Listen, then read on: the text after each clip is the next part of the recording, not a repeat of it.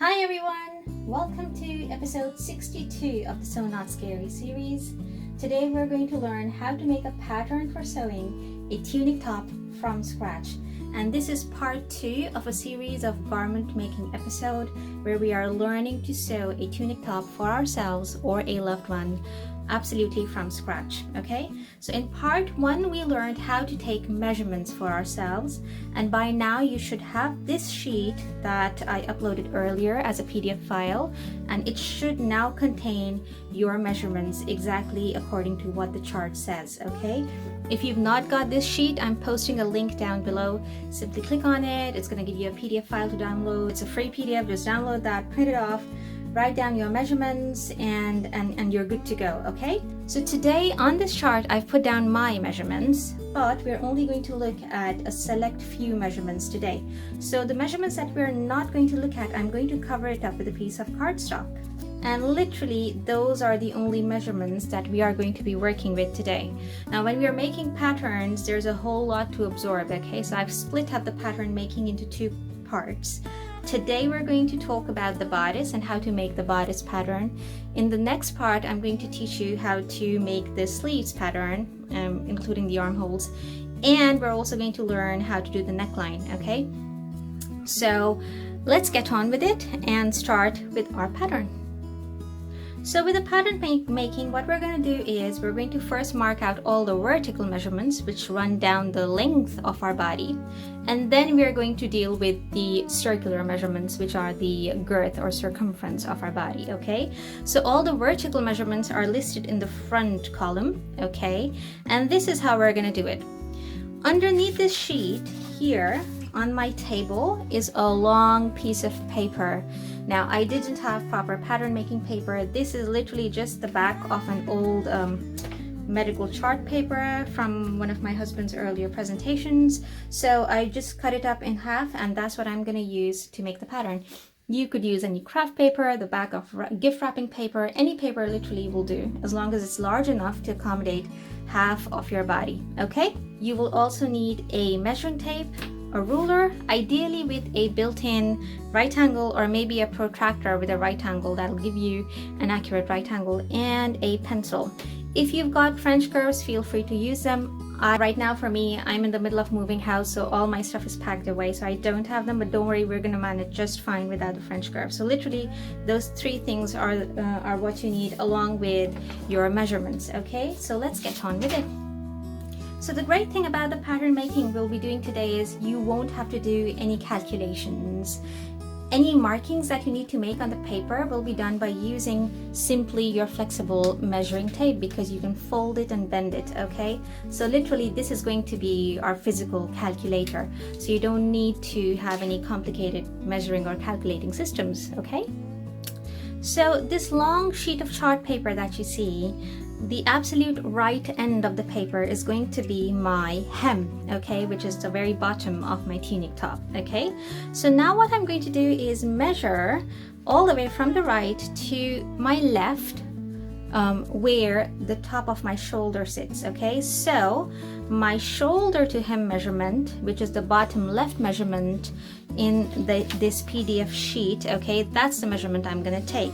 And I'm going to measure from the bottom all the way to the left until I find this point, and I'm going to mark that out.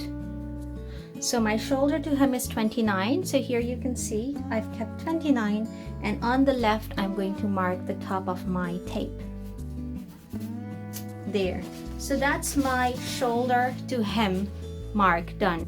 Now, keeping my tape exactly where it is at the shoulder point, I'm going to mark down all the other vertical measurements. So I've got my shoulder to bust, shoulder to waist, and shoulder to hip.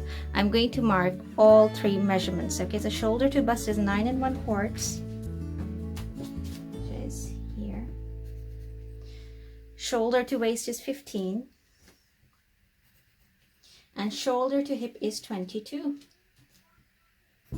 See how easy it is? That's my vertical markings done.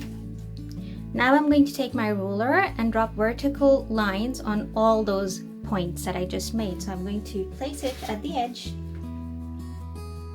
and drop a vertical, like so.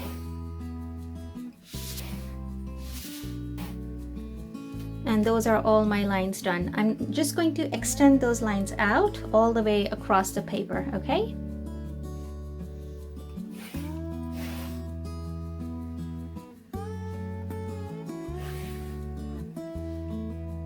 So now hopefully you guys can see it clearly. I've dropped all vertical lines on those marks, and I've marked out the lines for your benefit. So that's the shoulder line, the bust line, the waistline, and the hip line. But can you notice one line is missing between the shoulder and the bust space? And that's our chest line, okay? And the chest line is actually the line running just through our armpit. So that's one more line that we still need to mark out. How do we do that? So in order to find and mark out our chest line, this is what we're going to do. We're going to zoom in onto the line which says shoulder, okay, which is the topmost line that we had just drawn.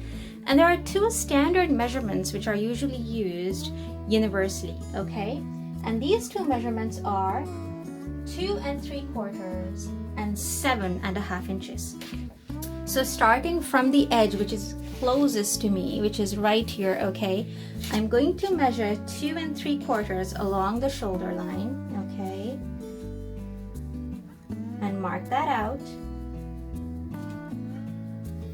And I'm also going to measure out 7.5 inches and mark that out, okay?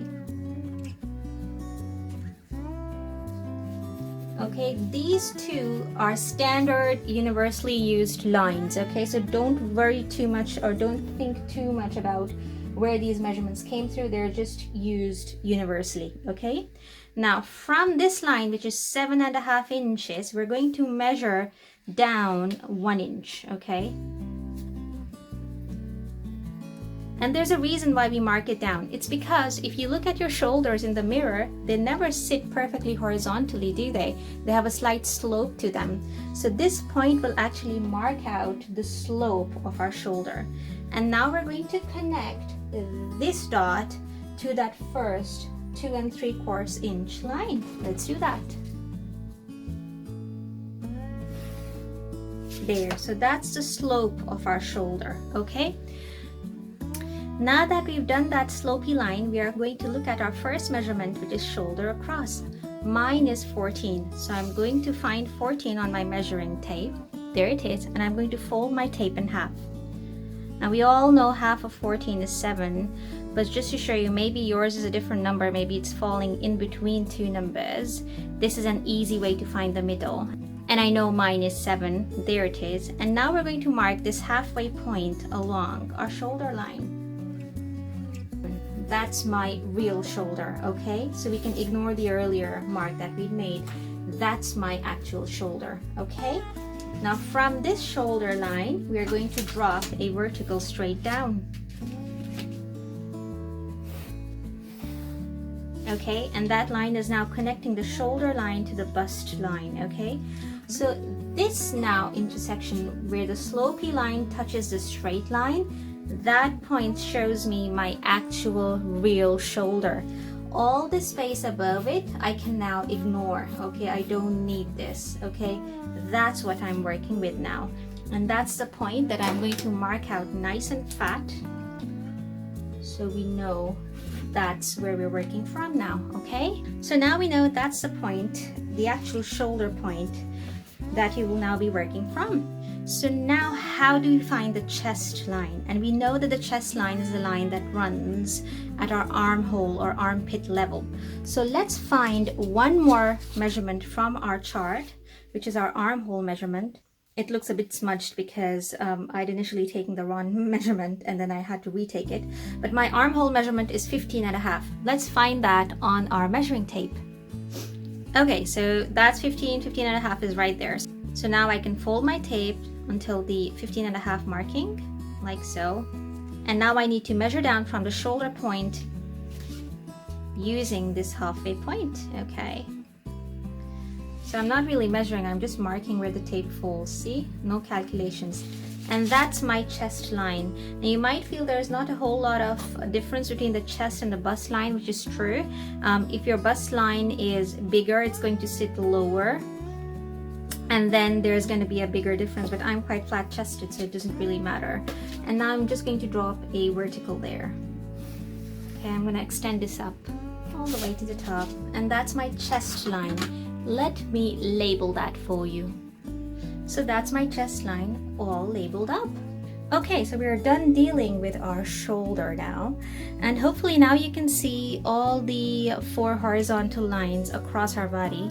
Well, on the screen they're running vertically, but on your body they run horizontally: chest, bust, waist, and hip. Okay, now for all those 4 lines, we're simply going to take the round measurements from our PDF file and do the markings, splitting them 4 ways. Here's how we're going to do it.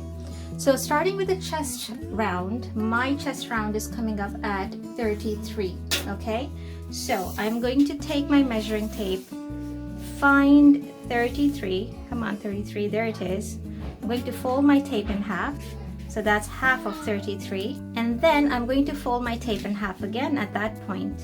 There, my tape is folded over in half again. I don't even need to look at the numbers. I'm simply going to take my tape now, place it on my chest line, and make a mark at that fold. Okay, did you see? No calculations, I simply made a mark. Now I'm going to look at my round bust, which was 34. Okay, so that's 34.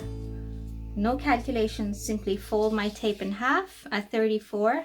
Then I'll fold my tape in half again and again. No need to take any measurements. I'm just going to make my mark there. Now I'm going to take a look at my waist. It was 28 3/4, which is right there. Okay, fold my tape in half, then fold it over one more time and make my mark at the waistline. And finally, my hip measurement was coming up to 39. That's 39. Okay, and then fold it one more time. You guys know this by now. It's just quartering a number without actually looking at it. So I folded it in quarters now, and I make my mark. Okay, there, that's my hip all marked out. Now so far, all these measurements that we've marked on the chest, bust, waist, and hip lines are the actual measurements of our body. If a garment is made exactly according to these measurements, it's going to fit us like a second skin, and that's not comfortable, is it? So what we need to now accommodate into our measurements is something called ease, okay? Ease is of 2 types. One is called functional ease, and then there's another kind of ease called design ease. Functional ease is just the extra room that you need inside your clothes to wriggle around and bend your elbows and your joints comfortably and sit and run and hop and jump. Okay, that's functional ease because it helps you function better.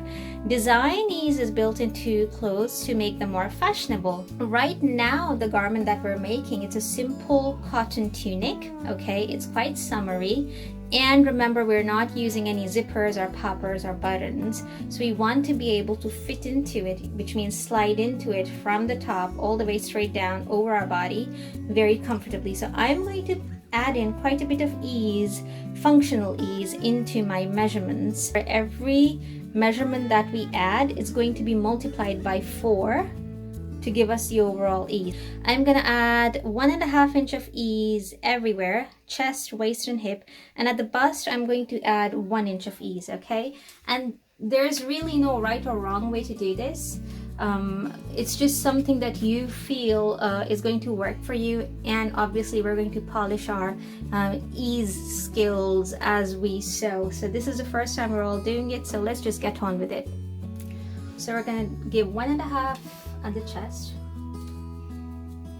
1.5 at the waist, and 1.5 at the hip. And I know it sounds really loose, but I'd rather have a loose garment that I can fit into rather than a really tight garment that I can't fit into and I struggle with. And at the bust, I'm probably gonna give like maybe 1 inch of ease. Okay, there we go. And now this is what we have to do. We have to connect the chest line to the waistline, okay? Ignore the bust mark for now. Just do this. Connect the chest to the waist. Straight down. Okay, now look at the point that marks the bust line for me. That is falling well within that line that we just drew, okay? So that's a good thing. what would happen if your bust mark was falling beyond this line? Then your garment would be too tight around your bust and you would struggle to wriggle into it, okay? If that happens, if your bust mark is falling on or beyond it, okay, you need to increase the ease at the chest and the waist, okay? But for now, because my bust point is inside that line, I'm fine, I'm safe, okay? Even if your bust point is falling on this line, it's fine, okay? But as soon as your bust point goes beyond this line, you need to increase the ease at the chest and the waist so that the line you draw can safely contain the bust mark, okay? Now we're going to connect the waist point to the hip point. Let's do this. Okay, so that's my waist connected to the hip, and finally, from the hip down to the hem, you guys decide what you want to do. Do you want to go straight down? Do you want your tunic to have a slight kind of like a flare to it so you can extend that line further outwards? I'm gonna go with a slightly narrower line compared to the hip line. There we go. So that's my design, okay? And now what we have to do is we have to smooth out the curve at the waist, okay? How do we do that? Well, you literally have to freehand it if you don't have French curves. If you've got French curves, by all means, just use the curve to smooth this out. So let's do that.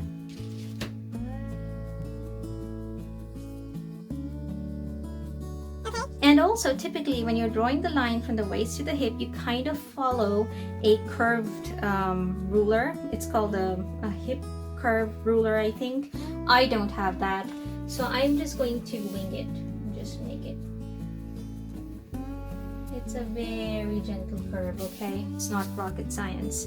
And there you have it. That's our chest, bust, waist, and hip markings and lines done. Now, I think that's a whole lot to absorb today, okay? So I'm not going to do any more for this episode. In the next episode, we're going to deal with the armholes, okay, and the neckline. And we'll see if we can cut the pattern out in the same episode as well, okay? So today what you have to do is simply find a large piece of paper. That in itself can be a challenge sometimes. And then following the instructions that we did today, do your vertical markings, do your round markings, okay? Draw your chest line and then draw the side of your body, okay? And I shall see you guys in the next episode where we figure out what to do next, okay? If you found this logical, if you understood this, and if it's making sense, hit the thumbs up button and do share this with other sewists, guys, because it's going to help so many people out, okay? Thank you so much for watching, and I'll see you guys soon. Bye!